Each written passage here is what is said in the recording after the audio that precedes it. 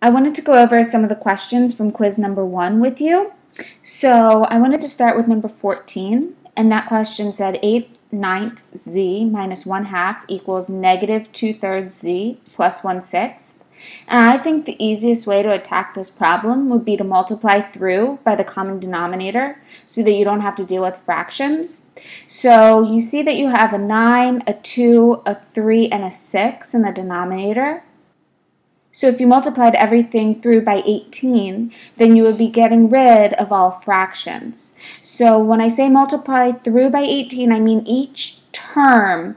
The terms are separated by pluses and minus signs. So this is a term, this is a term, this is a term, and this is a term. I multiply each of those terms by 18. And so when I multiply the first term by 18, 18 divided by 9 leaves me with 2. 18 divided by 2 leaves me with 9. 18 divided by 3 leaves me with 6. 18 divided by 6 leaves me with 3. And so then I have 2 times 8z, which is 16z, minus 9 times 1 is just 9, equals negative 6 times 2 is 12z, plus 3 times 1 is just 3. And then I just go ahead and solve this. So let's get all the z's over on the left by adding 12z to both sides. So I am left with 28z minus 9 equals 3. Get the 9 over on this side by adding 9 to both sides.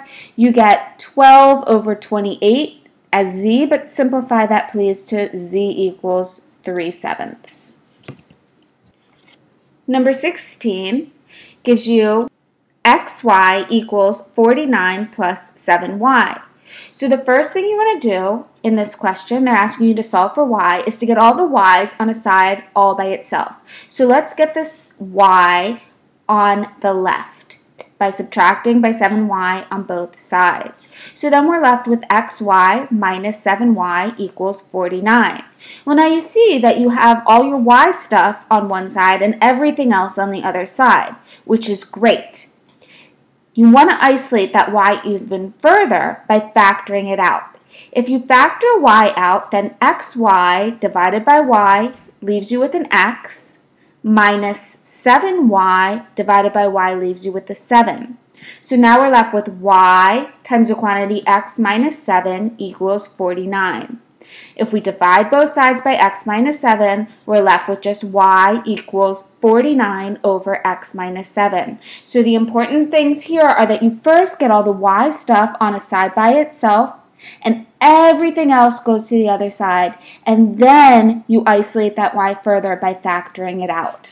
In number 17, they asked you to first solve for y, and then to evaluate it when x equals 15. So to first solve for y in this question, we got to get the y on a side all by itself. So let's get this 32x over to the right by subtracting 32x from both sides, which leaves me with negative 16y equals negative 32x plus 96. Now, I need to divide by this negative 16, but if I'm going to divide or multiply, I need to do so by each term. Terms, again, are separated by pluses and minuses. So if I divide by negative 16, I have to divide this by negative 16 and this by negative 16, leaving me with y equals negative 32 divided by negative 16 is 2x. 96 divided by negative 16 is minus 6. Now, when they ask you to solve for y, if x is 15, there's no reason to go back to the original question. That would be too much work. We've already solved for y. So just please stick in the x right here. Stick in the 15, and you get 2 times 15 minus 6 is 24. And number 18, same type of problem, first solve for y. So in this problem, you'll see that the y's are already isolated on a side all by themselves, and everything else is on the other side.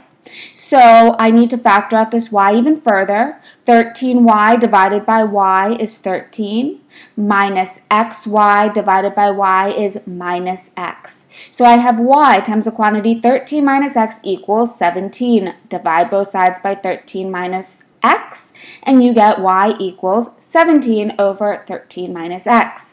Now if x equals negative 4, again, do not go back to your original. You've already solved for y. So just plug it in right there. If x equals negative 4, then y equals 17 over 13 minus a minus 4, which is plus 4.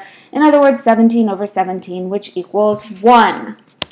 In number 19, they tell you that the rate is 36 miles per hour and you've traveled for 20 minutes. Find the distance. The trick in this one is that we have hours here, but we have minutes here. So why don't we just convert this 20 minutes to 1/3 of an hour? There's 60 minutes in an hour, so 20 minutes would be 1/3 of an hour.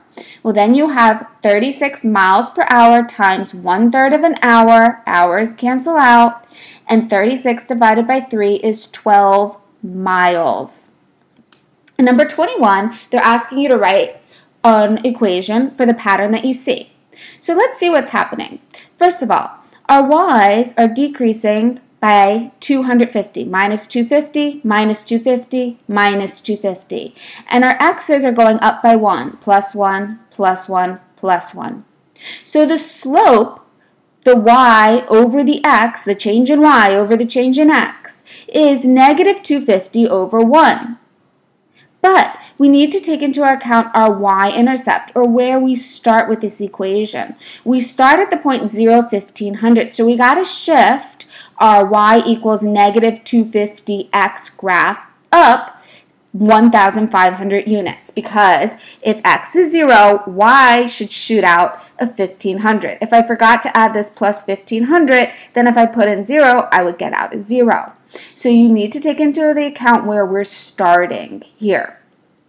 So same type of deal with 22. If you didn't understand it in 21, make sure you understand it here, because I'm going to try and do the same exact thing. So I go, in this one I'm going up 11, up 11, up 11. Again, my x's are just going up by 1. So my slope, y over x, is just 11 over 1. So now I have y equals 11x, but I need to take into account this y-intercept. I start down 22 units and go up from there. So I need to start down 22 units. That's why I have y equals 11x minus 22. In this lawn example, it told me that I can mow a lawn in 45 minutes, and my sister, it takes her 30 minutes to mow a lawn. And it asks, how many minutes does it take to mow 5 lawns? Well, I need to set up a rate problem. I would never say, like, I can mow 45 minutes in 1 lawn. No, you don't say it like that. You say, I can mow 1 lawn in 45 minutes. It's a rate. How much can you do over the unit of time? So when we're doing rates here, we're always going to do something over the time. And so 1 lawn takes us 45 minutes. 1 lawn takes your sister 30 minutes. How many minutes, x minutes, does it take us to do 5 lawns?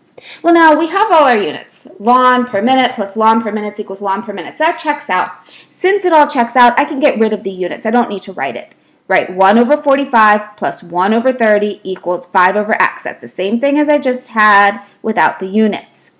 Now, again, I don't like fractions, so I'm going to multiply through by my common denominator. If you look at 45 and 30, most of you can tell me pretty easily that the common denominator would be 90.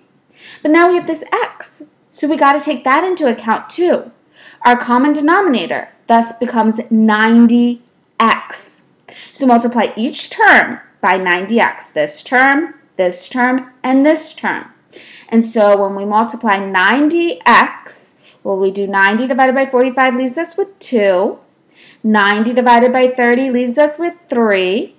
And then the 90x divided by x, we can cross out the x's. So we're left with 2 times x times 1, which is 2x, plus 3 times x times 1 is 3x, equals 90 times 5, which is 450.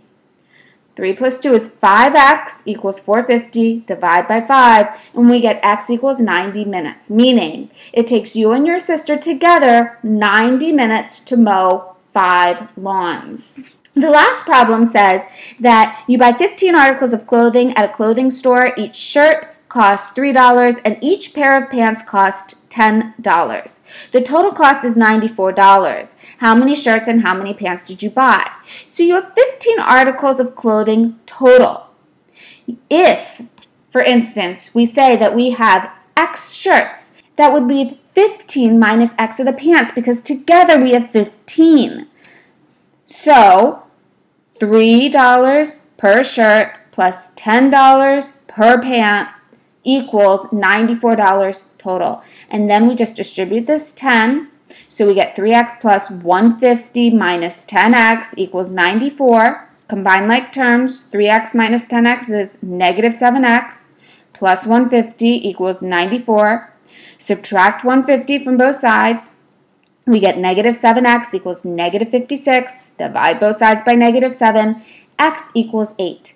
If x equals 8, then 15 minus x equals 7, meaning 8 shirts and 7 pants.